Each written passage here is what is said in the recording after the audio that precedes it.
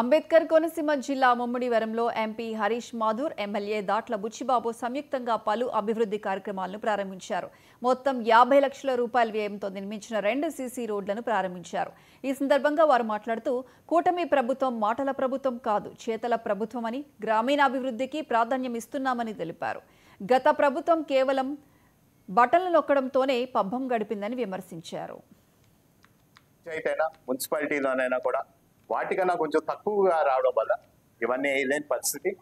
మనం కూడా ఇక్కడ ముమ్మడివరం నియోజకవర్గంలో నగర పంచాయతీలోని చాలా ఎక్కువ వరకు మనము ఎంతవరకు అయినా సరే మనం ఎంపీ ల్యాడ్స్ ని ఏర్పాటు చేసుకోవాలి అని చెప్పి ఆయన ఆదేశాల మేరకు మనం గత ఎంపీ ల్యాడ్స్ లోనే సుమారు 50 లక్షలు మనం కేటాయించడం, దానికి ఆయన ఈ రెండు రోడ్లు చేస్తే చాలా బాగుంటుందని ఆయన తెలియపరచడం, దాంతో ఈ 2 రోడ్లు మనం ప్రారంభించడం జరిగింది. ఈ రోజు ఆ 2 రోడ్లు కూడా చూస్తే చాలా అద్భుతంగా అన్ని కూడా ఏ విధంగా ఎక్కడ కూడా ఏమి తప్పులు లేకుండా, లేకపోతే ఇది ఒక 10 సంవత్సరాల వరకు ఎక్కడ కూడా ఈ సీసీ రోడ్స్ ఎటువంటి డ్యామేజ్ రాకుండా కట్టిన కాంట్రాక్ట్